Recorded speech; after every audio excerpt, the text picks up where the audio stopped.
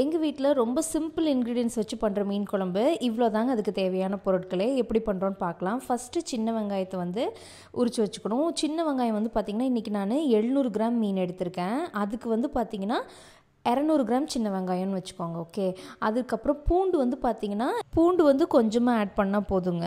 உங்களுக்கு நான் காமிக்கிறேன். இந்த அளவு தான். வெங்காயம் தான் அதிகமாக இருக்கணும், பூண்டு சும்மா கொஞ்சம் தான் போடணும். அதே மாதிரி மீன் குழம்புக்கு தேவையானதை வந்து நம்ம இந்த வெங்காயம் இந்த ப்ராசஸ் உரிக்கிறதுக்கு ஆரம்பிக்கிறதுக்கு முன்னாடியே நல்லா வாஷ் பண்ணிவிட்டு புளி வந்து குழம்புக்கு தேவையான அளவு எடுத்து புளியை நல்லா ஊற வச்சு கரைச்சி அந்த இதில் ஊற்றி வச்சுருக்கேன். இன்றைக்கி ஷட்டவுனுங்கிறதுனால பார்த்திங்கன்னா நாங்கள் காலையிலே ஊற்றி வச்சதுனால இந்த புளி கரைச்சி ஊற்றுறதை மட்டும் என்னால் வீடியோவில் எடுக்க முடியல.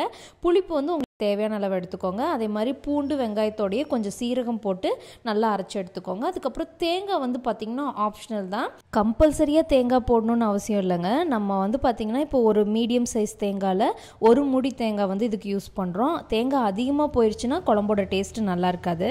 அதனால தான் நான் திரும்ப திரும்ப சொல்கிறேன். அந்த வெங்காயம் பூண்டு இதோட அளவு வந்து கொஞ்சம் அதிகமாகவும், அதை விட வந்து பார்த்திங்கன்னா அதில் 70% தான் தேங்காய் இருக்கணும். இதுதான் கால்குலேஷனு. தேங்காவை அரைச்சி எடுக்கும்போது பார்த்திங்கன்னா தேங்காவோட போர்ஷன் வந்து 70%, அந்த வெங்காயம் பூண்டு இது வந்து 100 அப்படின்னா இது வந்து 70% இருக்கணும். உங்கள் மைண்டில் வச்சுக்கோங்க. அந்த அளவுக்கு தான் அரைக்கணும். இப்போ நீங்கள் பார்த்தீங்கனாலே தெரியும், வெங்காயம் பூண்டு சீரகம் போட்டு அரைச்சதோட பேஸ்ட்டோட குவான்டிட்டி தான் அதிகமாக இருக்கும். தேங்காய் வந்து அந்த குவான்டிட்டியில் 70% இருந்தால் ஓகேங்க. 50% இருந்தால் கூட ப்ராப்ளம் இல்லை. பாயிண்ட் என்னென்னா தேங்காய் வந்து அதிகமாக போயிடக்கூடாது, மைண்டில் வச்சுக்கோங்க.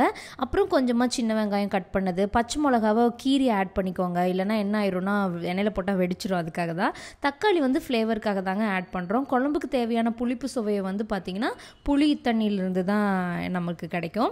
அதே மாதிரி கருவேப்பிலை வந்து நல்லா ஃப்ரெஷ்ஷாக நல்லதாக யூஸ் பண்ணுங்கள். அது மீன் குழம்புக்கு அவ்வளோ டேஸ்ட்டு தெரியும். அப்புறம் இந்த மசாலா வந்து பார்த்திங்கன்னா ஹோம்மேடுங்க. இந்த மசாலா இது முடிஞ்சதுக்கப்புறம் கண்டிப்பாக நான் வந்து அரைக்கும் போது உங்களோட கிளியராக டீட்டெயில்டாக ஷேர் பண்ணிக்கிறேன். அதுக்கப்புறம் கடுகு வெந்தயம் இது மட்டும் இருந்தால் போதுங்க. சூப்பராக இருக்கும் இந்த மீன் குழம்பு. எங்கள் வீட்டு ஸ்டைலில் எப்படி பண்ணுறோங்கிறத இன்றைக்கி டீட்டெயிலாக இந்த வீடியோவில் பார்த்துடலாங்க. ஃபஸ்ட்டு நீங்கள் உங்களுக்கு என்ன ஆயில் பிடிக்குதோ அந்த ஆயில் எடுத்துக்கோங்க. நாங்கள் வந்து கோகோனட் ஆயில் எடுத்துருக்கோம். மேக்ஸிமம் எங்கள் சமையலில் கோகோனட் ஆயில் தான் இருக்குது. கடுகு நல்லா பொடிஞ்சதுக்கப்புறம் பார்த்தீங்கன்னா வெந்தயத்தை ஆட் பண்ணிக்கோங்க. நான் காமிச்ச அளவு போட்டால் போதும், அதிகமாக போட்டுட்டா கசந்துருங்க. ஸோ அதுக்கப்புறம் ஒரு 5 சின்ன வெங்காயத்தை வந்து பார்த்திங்கன்னா குட்டி குட்டியாக கட் பண்ணி அதை ஆட் பண்ணிக்கிறேன். அதுக்கப்புறம் பச்சை மிளகா வந்து கீரி ஆட் பண்ணிக்கோங்க. அதுக்கப்புறம் கறி லீவ்ஸ் போட்டுட்டு இதை நல்லா வதங்கணும்னு அவசியம் இல்லைங்க. வெங்காயம் கொஞ்சம் டிரான்ஸ்பரண்ட் ஆனதுக்கப்புறம் நம்ம தக்காளி ஆட் பண்ணிக்க வேண்டியதான். ஒரு தக்காளி நாளாக வெட்டி போட்டிருக்கேன். அதிக தக்காளி போடணுன்னு அவசியம் கிடையாது. அதே மாதிரி இந்த குழம்பு மிளகாத்தூள் வந்து பார்த்திங்கன்னா எங்கள் வீட்டில் செய்கிற மெத்தடில் பண்ணது. உங்கள் வீட்டில் இருக்கிற குழம்பு மிளகாத்தூள் கூட நீங்கள் ஆட் பண்ணிக்கோங்க. உங்களுக்கு எந்த அளவுக்கு மசாலா வேணுமோ அந்த அளவுக்கு போட்டுக்கோங்க. எங்கள் வீட்டில் வந்து பார்த்திங்கன்னா காரம் ரொம்ப கம்மியாக இருக்கணுங்கிறதுக்காக எங்கள் அம்மா வந்து மிளகாவை விட டபுள் த அமௌண்ட் மல்லி தான் ஆட் பண்ணுவாங்க. அதனால தான் வந்து பார்த்திங்கன்னா கொஞ்சம் அதிகமாக மிளகாத்தூள் போடுற மாதிரி உங்களுக்கு தெரியலாம். பட் இதோட காரம் வந்து பார்த்திங்கன்னா ரொம்ப மீடியமாக இருக்கும் எங்கள் வீட்டில் நாங்கள் பண்ணுறது. ஸோ கம்ப்ளீட்டாக உங்களுக்கு இந்த மிளகாத்தூள் அரைக்கும் போது நான் ஷேர் பண்ணேன்னா உங்களுக்கு நல்லா புரியும்னு நினைக்கிறேன். இந்த மிளகாத்தூள் நல்லா எண்ணெயில் வதங்கணும் அப்படின்லாம் கிடையாதுங்க. சும்மா ஒரு பரட்டி கொடுத்துட்டு நம்ம புளி தண்ணி ரெடி பண்ணி வச்சுருக்கோம்ல, அந்த புளி தண்ணியை வந்து இந்த குழம்புல ஊற்றிட வேண்டியதான். புளி வந்து உங்களுக்கு தேவையான அளவு புளிப்பை ஆட் பண்ணிக்கோங்க. ஏன்னா புளிப்பு வந்து அவங்கவுங்க சிலவங்களுக்கு ரொம்ப புளிப்பாக இருந்தால் பிடிக்கும், அந்த மாதிரி இருக்குது பார்த்தீங்களா. எங்கள் வீட்லேயே முதல்ல புளிப்பு இருக்கும். இப்போ வந்து இந்த ஹெல்த் இஷ்யூஸ் அதுக்காக காரணத்தினால புளி வந்து நாங்கள் நல்லாவே குறைச்சிட்டோம். உப்பு எல்லாம் குறைக்கணும் அப்படிங்கிறதுனால புளி உப்பெல்லாம் வந்து பார்த்திங்கன்னா ரொம்ப லோவாக இருக்காது, மீடியமாக இருக்கும். ஸோ தேவையான அளவு மஞ்சத்தூளும் போட்டுட்டு குழம்பை நல்லா கொதிக்க விடணுங்க. கொஞ்சமாக இல்லை, நல்ல குழம்பு வந்து கொதிக்கணும். குழம்பு கொதிக்க ஆரம்பித்த உடனேயும் மீனை போடக்கூடாது. ஒரு 10 நிமிஷம் நல்லா தபன்னு கொதிச்சதுக்கப்புறம் தான் மீனை இறக்கணும். இது வந்து எங்கள் அம்மா சொல்கிற மெத்தடு. இப்படி தான் மீன் போடணும்னு எங்கள் அம்மா சொல்லுவாங்க. ஸோ அதனால் நானும் அப்படி தான் மீன் போடுறேன். நான் தான் சொல்லிட்டேன்ல, இது எங்கள் வீட்டு மீன் குழம்பு. ஒவ்வொருத்தவங்க ஒவ்வொரு மாதிரி இதில் டிஃப்ரெண்ட்டாக பண்ணுவாங்க. பட் நாங்கள் இந்த மெத்தடை மாற்ற மாட்டோம். எங்கள் அம்மா இந்த மெத்தடில் மட்டும்தான் பண்ணுவாங்க. நானும் இந்த ஒரே மெத்தடை தான் ஃபாலோ பண்ணுவேன் அப்படிங்கிறதுல வந்து பார்த்திங்கன்னா ரொம்ப ஸ்ட்ராங்காக இருக்கிறேன். அதுக்கப்புறம் மீனை நல்லா போட்டதுக்கப்புறம் கொதி அடங்கின மாதிரி இருக்கும்.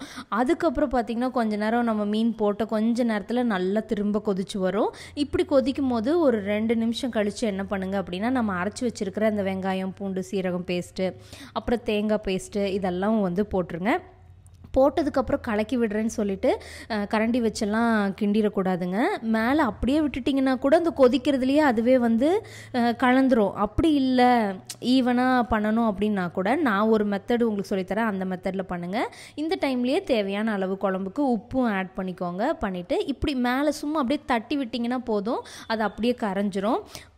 குழம்பு கரண்டியை உள்ளே விட்டிங்க அப்படின்னா மீன் உடஞ்சிறதுக்கு சான்ஸ் இருக்குங்க. ஒன்ஸ் குழம்புக்குள்ளே போட்டுட்டா அடுப்பை ஆஃப் பண்ணி திரும்ப சாப்பிட்றதுக்கு குழம்பு ஊற்றுற வரைக்கும் கரண்டி வந்து மீன் குழம்புக்குள்ளே போகவே கூடாது அடுப்பில் இருக்கும்போது. ஏன்னா அது மீனை உடச்சிருச்சு அப்படின்னு சொன்னால் நல்லா இருக்காது, மீன் குழம்புல கரைஞ்சிட்டாலும் நல்லா இருக்காது.